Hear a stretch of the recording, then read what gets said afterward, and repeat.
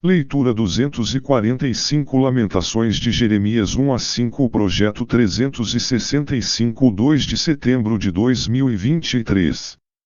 Lamentações 1. A advertência de Deus foi clara e em bom som: se Judá brincasse com fogo, ia queimar-se. O povo de Deus teve uma chance, mas perdeu-a de modo tolo, recusando-se a crer que a vida imoral traz a punição de Deus. A consequência final do pecado é a punição. Podemos escolher ignorar as advertências de Deus, porém, assim como o juízo alcançou Jerusalém, também alcançará aqueles que desafiarem o Senhor. Você está ouvindo a palavra de Deus. Está obedecendo a. A obediência é uma prova de seu amor a Deus. Deus é o Consolador, mas por causa do pecado de seu povo, teve que tornar-se o seu juiz. Apesar de ser uma nação ímpia, a Babilônia foi o instrumento que Deus usou para punir Judá, destruindo a sua capital, Jerusalém. Os judeus desejavam que o Senhor punisse a pecaminosa Babilônia, assim como lhes havia punido. Lamentações 2. O templo construído pelo rei Salomão em Jerusalém era o símbolo da presença de Deus. Era o principal local de adoração. Sua destruição representou que rejeição de Deus por seu povo e que ele não habitaria mais entre os judeus. Com a destruição de Jerusalém, 4 poderosos símbolos de segurança foram perdidos: a proteção das portas, a liderança dos reis e príncipes, a direção da lei e a visão dos profetas. Com esses 4 símbolos, o povo tinha um falso senso de segurança e sentiu-se confortável com seus pecados. Porém, após perdê-los, o povo foi confrontado pela necessidade de escolher entre arrepender-se e retornar a Deus ou continuar no caminho do sofrimento. Mantenha em sua vida um relacionamento pessoal e vivo como Deus verdadeiro. Na época de Jeremias, os falsos profetas estavam em toda parte. Proferiam mensagens enganosas. Embora Jeremias tivesse advertido o povo sobre a destruição vindoura e o cativeiro prolongado, os falsos profetas disseram que tudo estava bem, sendo assim o povo não precisava temer. Todas as palavras de Jeremias tornarão-se reais, porque ele era um verdadeiro profeta de Deus. No capítulo 1, vemos a desolação de Jerusalém e o pedido de vingança contra os inimigos de Judá. No capítulo 2, todos são conclamados a derramar seu coração na presença do Senhor. O povo deveria deixar seus pecados, lamentar-se sinceramente por seus erros e pedir perdão a Deus. Eles tinham muitos motivos para chorar. Por causa da obstinada rebeldia da maioria dos judeus contra o Eterno, sobreveio grande sofrimento a todos, especialmente aos inocentes. O sofrimento e o pecado do povo deveria tê-lo levado ao arrependimento e a buscar o Senhor, em prantos, implorando seu perdão. Deus só pode vir em nosso socorro quando sentimos que o pecado feriu nosso coração. Essa horrível cena poderia ter sido evitada. Jeremias tinha advertido o povo durante anos. Profetizando que o dia de destruição viria, o cumprimento de suas palavras partiu o coração do profeta. Lamentações 3. No momento mais obscuro da vida de Jeremias, sua esperança foi fortalecida pela certeza de que Deus é e continuaria sendo fiel.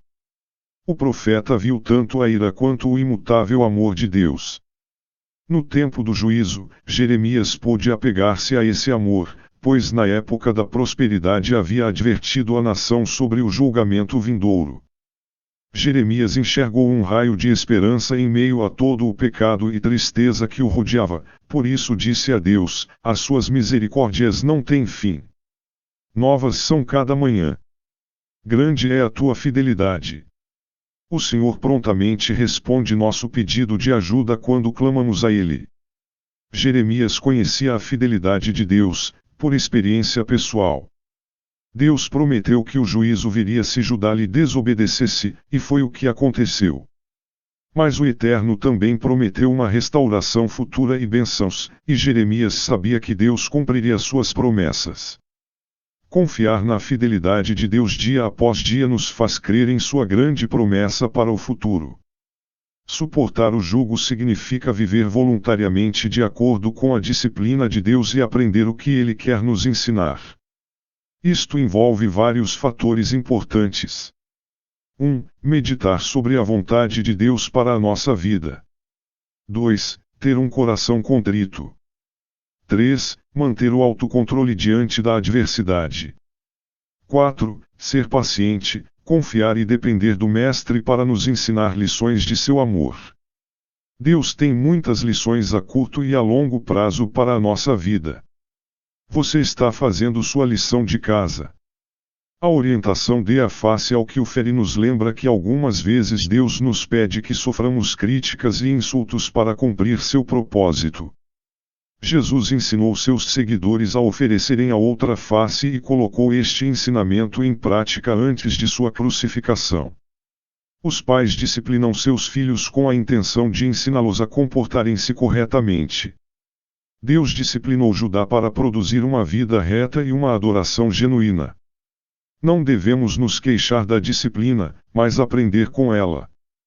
Para isto, basta confiar em Deus e aceitar as mudanças. Devemos aceitar a correção de Deus, para que Ele produza em nós o tipo de comportamento que lhe seja agradável. Em determinado ponto de seu ministério, Jeremias foi lançado em um calabouço e foi deixado ali para morrer na lama. Mas Deus o salvou. Jeremias usou esta experiência como uma ilustração para a nação, que estava mergulhada na lama do pecado. Caso se voltasse para Deus, Ele salvaria Judá. Lamentações 4. Esse capítulo contrasta a situação anterior ao cerco de Jerusalém com a situação após o cerco. Os sinais de prosperidade já não existiam por causa dos pecados do povo. Na época em que Jerusalém estava sob o cerco inimigo, seus muros, construídos para proteção, enclausuraram o povo dentro da cidade. As pessoas não podiam sair para os campos para buscar comida e água, porque os caldeus estavam acampados em volta da cidade. A comida ia acabando em Jerusalém, e o povo via os seus inimigos colherem e comerem os alimentos dos campos. O cerco foi um teste de determinação, para ver que exército poderia sobreviver. Jerusalém permaneceu sitiada por 2 anos. A vida tornou-se tão difícil que alguns comeram os próprios filhos. Os corpos mortos eram deixados nas ruas, e ali apodreciam. Não havia mais esperança. Sodoma, destruída pelo enxofre que caiu do céu por causa da perversidade dos habitantes da cidade, tornou-se um símbolo do juízo de Deus. Contudo, o pecado de Jerusalém foi maior do que o pecado de Sodoma. Estar contaminado ou imundo significava estar sem condições para entrar no templo e adorar a Deus. Os sacerdotes e os profetas deveriam ter sido os mais cuidadosos em manter a santidade, para que pudessem continuar a exercer o seu ministério na presença de Deus. Mas muitos deles se comportaram de modo ímpio e se contaminaram. Como líderes na nação, seu exemplo conduziu o povo ao pecado e ocasionou a falência moral e a destruição de Jerusalém. Judá pediu a ajuda do Egito na luta contra o exército babilônico.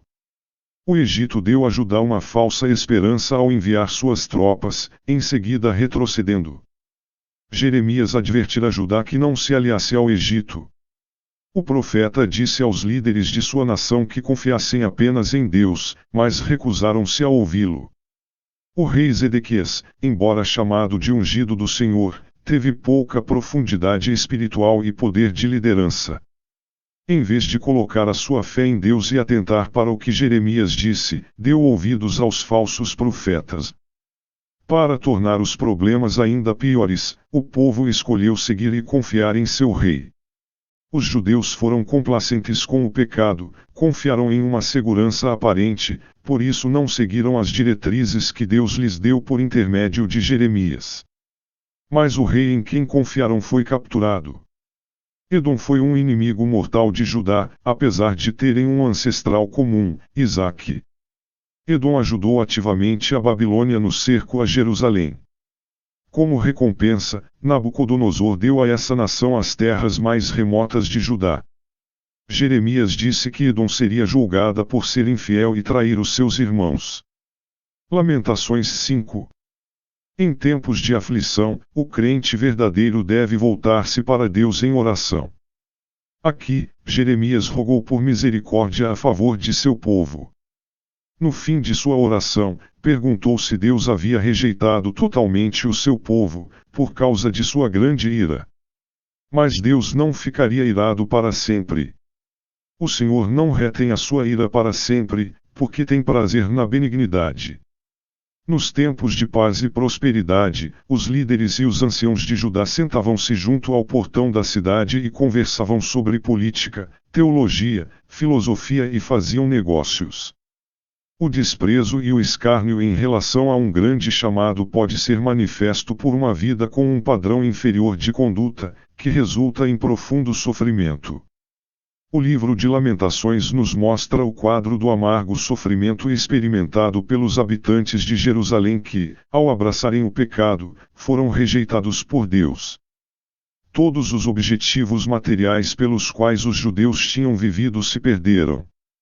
Mas, apesar de Deus ter se voltado contra eles por causa dos pecados que praticaram, não os abandonou completamente. Esta era a grande esperança daquele povo. Apesar de Israel ter um passado pecaminoso, a nação seria restaurada por Deus ao voltar-se para ele. Somente no Senhor há esperança.